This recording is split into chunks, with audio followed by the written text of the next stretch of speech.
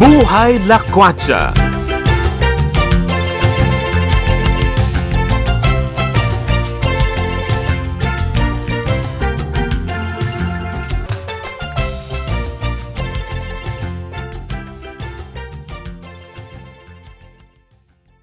Ay, magandang gabi po sa mga aming kababayan, Luzon, Visayas, Mindanao, sa aming FB followers, mga listeners. Nandito po kami ngayon sa aming bagong papakita sa inyo, papalabas sa inyo. Dito kami sa Dambana o Pantayog ng dating Pangulong Manuel Luis Quezon. Partner, bakit ba tayo nandito ngayon? Anong petsa ngayon? Aparte, ngayon ay August 31, August 31. ang huling araw ng Paggunita natin. paggunita ng wika, pambansang wika. Oo. Kasi di ba, sineselebrate po natin or ginugunita natin yung pagkilala sa wikang pambansa tuwing Yes. buwan ng Agosto. Buwan Agosto. Oo. At walang iba, syempre, Mhm. ang ama ng pambansang wikang ay walang iba kundi ating Pangulong Luis Quezon. Yes, oo. Kaya mahalaga po na maipaalala. So, sumili po tayo dahil alam mo naman partner, no? Si President Quezon, siya yung, gumawa ng paraan para magkaroon tayo ng iisang wika. Oo. Kasi bakit? Ilan ba ang marami tayong dialect, no, partner? Di ba, parang 134, no? Kasama dito yung mga language. No? Mm-mm. Pero actually, ang ginagamit natin walo. Okay. Ito yung mga Tagalog, ito yung Bisaya, ito yung mga Ilocano. Sample nga? Ano kuranda ka? ng wikang Ano yan? kapampangan. Oo, ano Kapampangan. yun? Ano yun sa Tagalog? Ay, ibig sabihin na, Ano? Sabihin mo. mahal kita. Okay, di ba po? So, yun nga eh. Kasi ang sabi po ni President Quezon, batay dun sa aming binasa, ni research ni partner, sabi niya, maraming talagang dialect ang mga Pilipino, pero kailangan merong isang dialect na gagamitin Para magbuklog. para magbuklod-buklod. And yun nga po, sabi niya yung Filipino. Oo, Tagalog. oo, Tagalog. Oo, kasi bakit daw Tagalog? Ang sabi niya kasi is mas madaling maintindihan. Yes. And mas marami pang ibang dahilan. Kaya siya ang gumawa ng paraan na na magkaroon talaga ng wika ang ating bansa. Bansa. Kasi sabi mo nga partner, no? Para magkaintindihan ang mamamayang At Pilipino. pagkaroon ng kapayapaan. Yun ang pinaka-importante. Yes, opo. So, ayun po, sisikapin namin na mabigyan ulit kayo ngayon ni partner ng mga kaalaman para magbalik-aral po tayo doon sa ating wikang pambansa. Na ngayon nga, ang sinasabi po, nag-diversify kasi napapaiksi na yung mga wika. Maraming bagong Oo nga, yun, lalo na ngayon yung generation, 'di ba? Nakakagawa na sila ng iba't ibang mga salita, no? Oo, pero naiintindihan pa rin naman ng wikang Pilipino. Yes. So, very interesting na naman, partner. Yes, partner, ito dagdag kaalaman sa kanilang lahat. Okay. So, sige po, samahan niyo ulit kami ni partner sa isa na naman pong very interesting na topic para sa araw na ito. Okay, tara na po! Pasok tayo.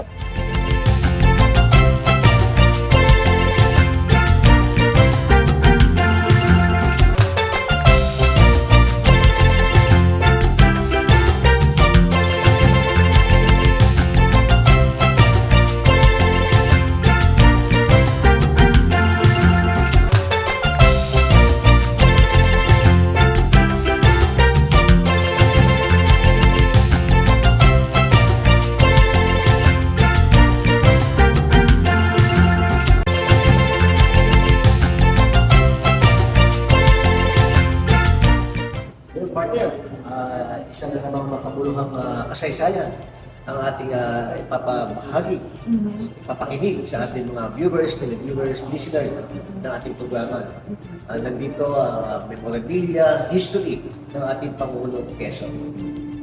So, nakapag-ikot tayo, partner, Yes. no? Ang dami natin nakita, no? Ang dami natin natutunan na dapat nang mabahagi natin sa ating mga nakikinig. Na-discover mo na... Na-discover ko, naging konsehal ang ating Pangulong Manuel L. Quezon. Saan lugar ito, partner? Sa Tayabas, Quezon, partner. Okay, oo. Parang something, parang may common. Siyempre, naging konsehal eh. Nakita nga kita, parang ang tagal naman tinitigil Siyempre, Gusto mo kumuha pa yata ng tip eh. Siyempre, actually, isa sa mga iniidolo ng ating Pangulong Quezon. At dahil dito sa mga memorabilia, nalaman din natin ang kasaysayan kung bakit merong Yung monumento, yung Dambana, ang Dambana ng Quezon. Oo. Ito pala open to the public, mag-design ng isang dambana. At ang nanalo rito ay si Architect Ilustre. Okay. May premium 10,000 pesos. Kung ginuhit niya yung dambana na yun.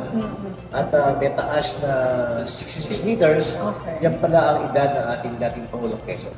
Wow, ang dami mo nalaman ha. Oo. Siyempre. At nakita natin din doon sa ating pag-iikot na itong dambana na ito natagalan bago din matapos no Oh, partner? dahil parte kulang sa pondo. Oo, yung pala talagang yung pala hindi rin talaga ganun basta-basta makagawa ng isang project. Ay, Dahil sige. ang bansa natin yun din, kailangan din kulang din sa funds. No? And umabot ng 30 taon Bago na gawa. bago nagawa. At ngayon nga po ito, kumpleto na at bukas na sa publiko. At makikita dito, partner, no, ng ating mga kababayan na mamamasyal dito na yung talagang buong kasaysayan ni President Manuel P. Quezon. Kung papaano siya namuno, and then yung kung kailan nakarating dito yung kanyang mga labi, no? Labi, Kasi Actually, parte dito nakahinday ang ating dating Pangulo. At ang mga ginamit na materials dito ay mga marble, first class marble, na galing pa sa Italy. yes, kaya nga. Oo, hindi natin yan natandaan Oo, galing Ako nalaman ko lang na dito Yes, yung asawa niya. honestly, yes. Yung asawa niya dito may panakahinday. Oo, at yung pala inambush, no? Nakalimutan na natin Oo, yan, no? inambos Oo, kaya sa nga, napagkamalan na member ng mga tukbalahan. kalaban, Kalaban. na kalaban. Kaya, ayun, inambush siya. So, ayun po, ibig sabihin, mga Kabuhay Metro, Kabuhay Lakwatsa, napakahalaga po na makapasyal tayo dito sa Dambana, Dambana ni Quezon, no? Makikita natin kung papaano. Alam mo, habang umiikot ako, partner, yung naging impact niya sa akin, parang lumalalim yung pagmamahal mo sa bansa. Sa bansa. Yes. Oo, At hindi actually. lang sa bansa partner, Yes. sa ating wika. Correct, oo. Especially nga na, ito po, no, sinasabi nga ni President Quezon na talagang mahalaga ang wika dahil Ito ay isang instrumento para sa ating buklod-buklod at pagkakaroon ng kapayapaan. At kaya nga po talagang pinahalagahan natin ngayon na para gunitain natin kung sino ba, kasi baka nakalimutan na, especially yung generation ngayon, no? Sino ba ang ama ng wika na Siyempre. ating, pambansa wika na ating bansa? Siyempre, wala iba kundi ang dating Pangulong Manuel Luis Quezon. Oo. So, sige po, anyway, sana makapasyal po kayo dito para madagdagan naman ang ating kaalaman or ma-refresh yung mga nilulumot na Pero, na ating kaalaman. Actually, partner, at the best na magpapasyal dito, Oo. yung mga estudyante, siguro, elementary and high school, at even college. That's syempre, welcome sa lahat itong dambana. Ito yung nagkakaalaman, karunungan, para sa ating heritage, sa ating kultura, Yes. at sa ating kasaysayan. Kaya mga viewers, listeners, FB followers, hinihikayat namin kayo ni partner either rito na bisitahin ang dambana ng ating mahal na Pangulong Manuel Luis Quezon, kung saan makikita natin ang memorabilia, history, at kung paano siya namuno partner. Yes, oo. Sigurado, hindi na sayang ang inyong oras kapag kayo ay nagpunta dito. Okay, partner? So, paalam na tayo. There's a lot more to see. To see? Love the Philippines. Ako po si Arnold Divina. Ako naman po si Aida Gonzalez. Buhay Lakwatsa!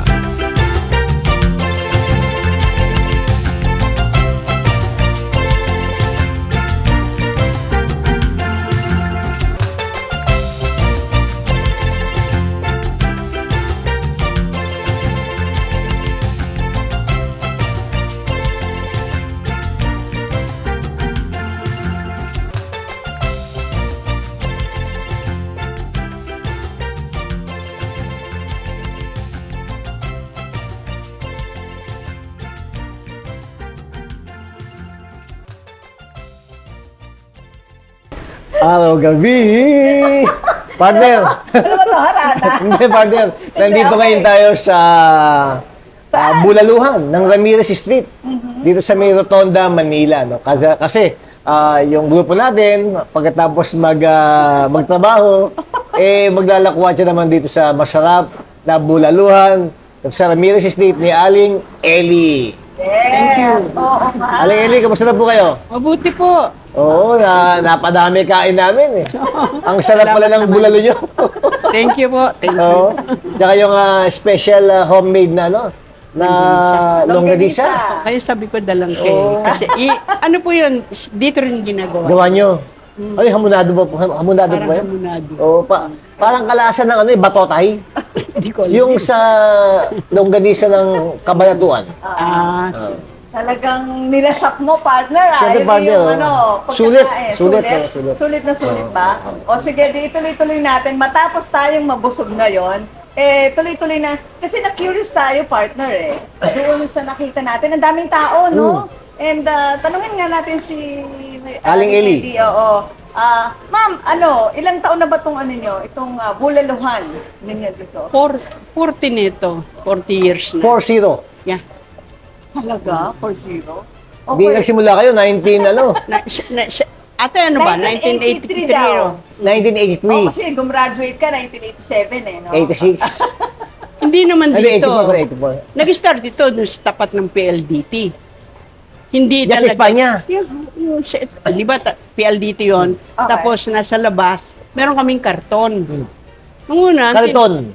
ang tinda lang nila noon, wala pang bulalo. Ang tinda lang nila noon yung sopas, yung sotanghon na may itlog. Ang daming di ba, tabi-tabi yung mga beer house doon. Hanggang sa naisip nung bayo ko na, sabi niya, siguro kailangan magtinda tayo ng pagkain. Kasi ito parang merienda lang Ayun, nag-start kami doon. Alam niyo ba yung kumakain? Hindi pa tapos, may nasa likod na. Hindi, ganun, kaano. Kasi noon, magkano lang ang bulalo? Mura lang. Kumakain sila ng masarap na bulalo na may with rice. Ba't ka kakain ng mga kung ano-ano, lugaw-lugaw?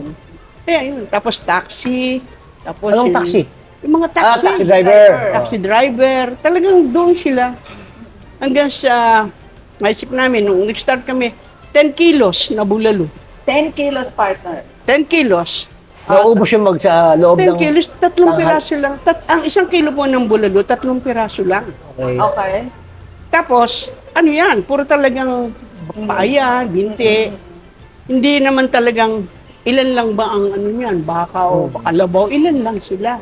Hanggang sa madalit sabi, nung tapos yung mga 10 years na, 100 kilo na.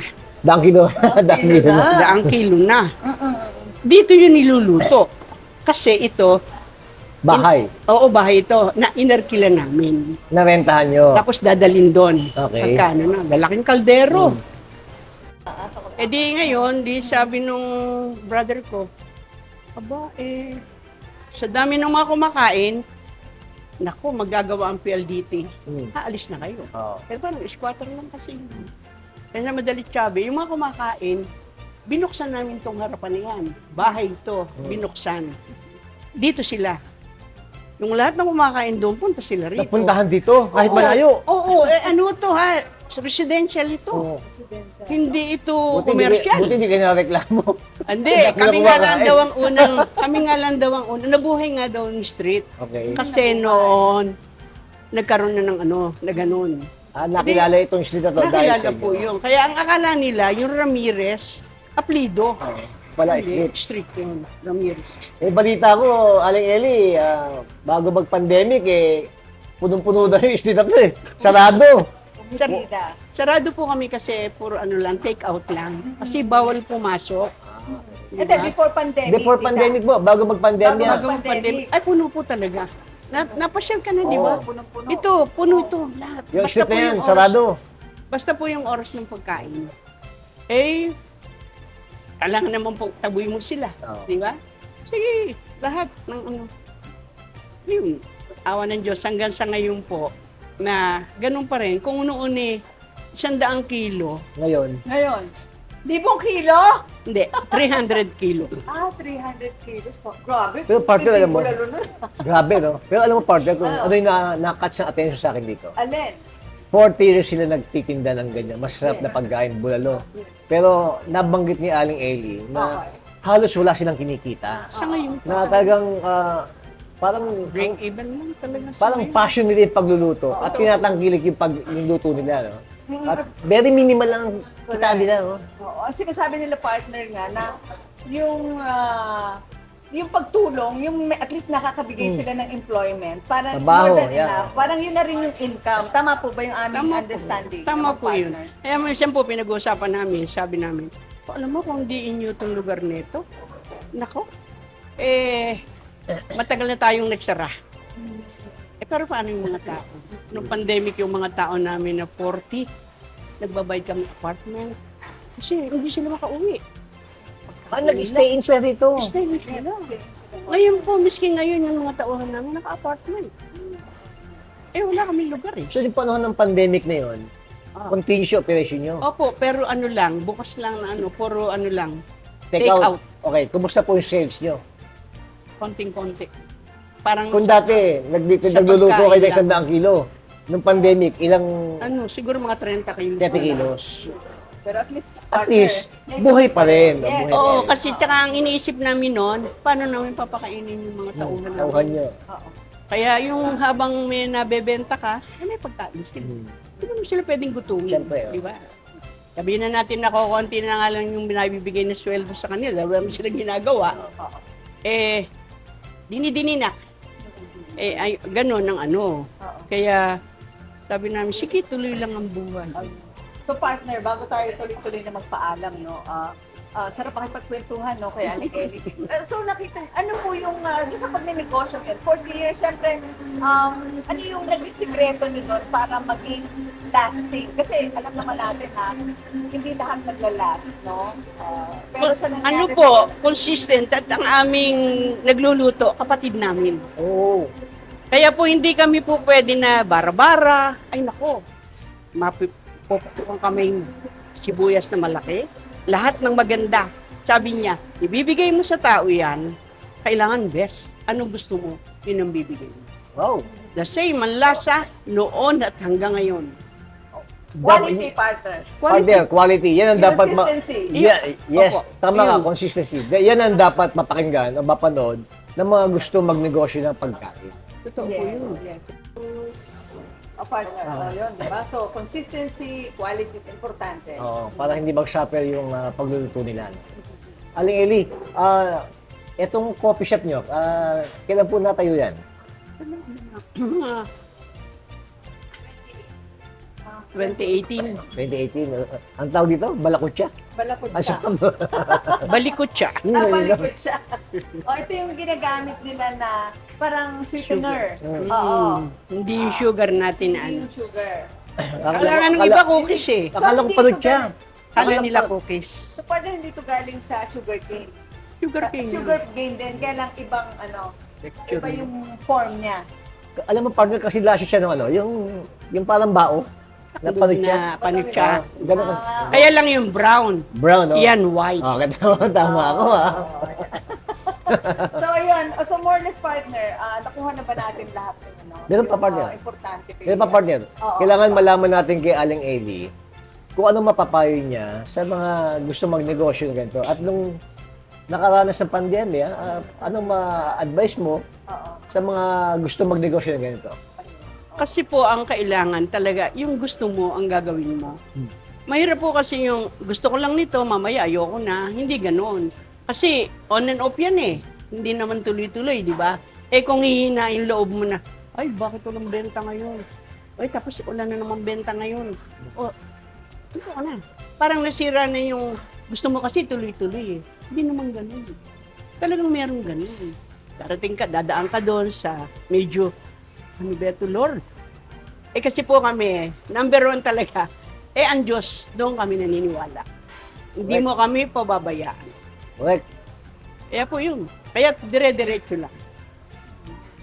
Good. So, very clear, partner, ang message ng ating naging pakikipagkwentuhan kay Aling Ellie Conlangan. Huwag hihinto. Oo, wag hihinto. So, and sinabi niya nga na kailangan gusto mo yung ginagawa mo. Passion. Otherwise, pagka nga merong struggle, give up ka Gigigap na. ka. Yun, partner. So, paano? Yun ang wisdom ng isang nagnenegosyo sa higit 40 years old. Yes. 40 years na pagnenegosyo. Oo. So, okay. Paalam na tayo, partner, para game mo. So, anyway, baka may pahabol si Aling Aling Ellie. Oo, sa mga future Negosyante. Oo. Basta po unahin natin ng Panginoon, sundin natin yung gusto natin, at siya ang bahala sa akin. Yes. Praise Amen the lang Lord. po. Amen. Amen. Ayan, partner. So, nabusog na ang ating Sigmura busog pa nga tayo ngayon ng wisdom. ng wisdom. Sa isang mahusay, magaling na magnegosyo. Talaga bang nasarapan ka sa bulalo? Ang sarap. Ang sarap. Balik-balik hinga kayo. na. Hindi. Huminga ka na. Hindi, kailangan ko malaman kung magkano yung babayaran ko. No, hindi po. Magkano yung babayaran ko? Hindi. Ay, hindi po pwede. Hindi. Kumain po kami. Okay lang Ay, hindi po po, yan. hindi po. Ayan, so huminga ka na ngayon. Bigyan mo nga at bibigyan natin siya ng discount. Ayaw pumayag eh. Para po kami. Maraming salamat po Sige sa po. mga viewers and listeners. Maraming salamat. Natapos mo naman kami at nakilala namin si Aling Eli. Sana po, tangkilikin ninyo itong bulaluan sa Ramirez Street. No? Napakasarap, napakamura, napakalinis ng pagkain at talaga namang signature ang bulalo dito. Yes. Hindi po. Salamat. Sige, partner. So, ayun po, sana ay nag-enjoy po kayo at of course, natuto doon sa aming isa na namang pinaglakwatsahan. Yes. Date partner. Oh, paano partner? There's a lot more to see. Love the Philippines. Ako po si Arnold Divina. At ako naman po si Aida Gonzalez. Bye! Buhay Lakwatsa.